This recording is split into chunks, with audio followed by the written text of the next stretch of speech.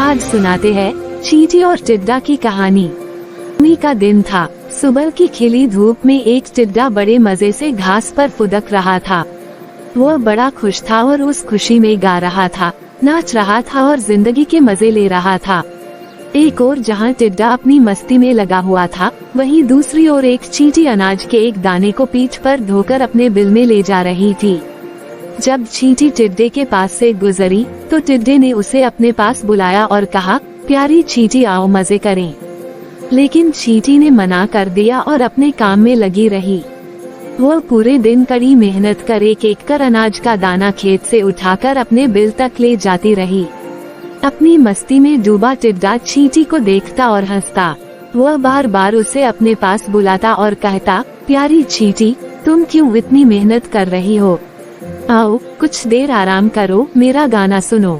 गर्मी के लंबे और उजले दिन है, ऐसे खूबसूरत दिन इस तरह से मेहनत करके हुए क्यों बर्बाद करना।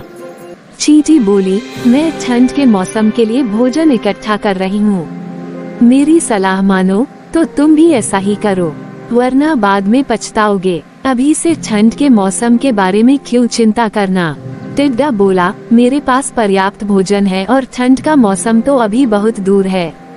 उसकी तैयारी करने के लिए बहुत समय है। अभी का समय तो मैं आराम से सोते हुए और मजे करते हुए बिताना चाहता हूँ। मेरी मानो तो मेहनत छोड़ो और मजे करो। टिड्डे की बात पर ध्यान न देकर चींटी अपने काम में लगी रही। पूरी गर्मी मेहनत कर उसने अपने बिल में ढेर सारा अनाज इकट्ठा कर लिया, जो ठंड के दिनों में उसे काम आने वाला था। उधर टिड्डा ठंड के मौसम की तैयारी के स्थान पर पूरे दिन नाचता गाता रहा। अपनी मस्ती में उसे होश ही नहीं रहा कि गर्मी के दिन बहुत लंबे समय तक नहीं रहने वाले हैं। जल्दी ठंड के दिन और फिर बरसात के दिन आ जाएंगे, जो उस जैसे जीवों के लिए मुश्किल भरे दिन होंगे। धीरे धीरे गर्मी चली गई और वसंत का मौसम आ गया। फिर वसंत का मौसम ठंड में तब्दील हो गया। अब तो सूरज बमुश्किल आसमान में नजर आता। दिन छोटे हो गए और रातें बड़ी हो गई थी। कड़कड़ाती ठंड पड़ने लगी थी और बर्फबारी होने लगी थी। अब टिड्डे को महसूस हुआ कि चींटी सही कह रही थी। उसे भी इस मौसम के लिए पहले से तैयारी करनी चाहिए थी।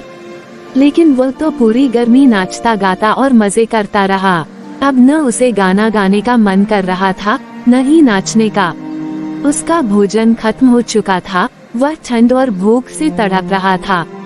उसने सोचा नहीं था कि ठंड इतनी बुरी भी हो सकती है। उसके पास भोजन नहीं था, बर्फ से बचने का इंतजाम नहीं था। उसे लगने लगा कि जिस गर्मी के मौसम में उसने इतने मजे किए हैं, शायद अब अगली बार उस मौसम को देखने के लिए वह जिंदा ही न बचे। एक दिन भूख से तड़पते हुए बर्फीले मौसम में उसकी नजर चींटी पर पड़ी, जो अपने बिल में मजे से आराम कर रही थी। उसके पास पर्याप्त भोजन था और ठंड से बचने के लिए आसरा। टिड्डा पछताने लगा और रोने लगा। उसे समय बर्बाद करने का फल मिल चुका था।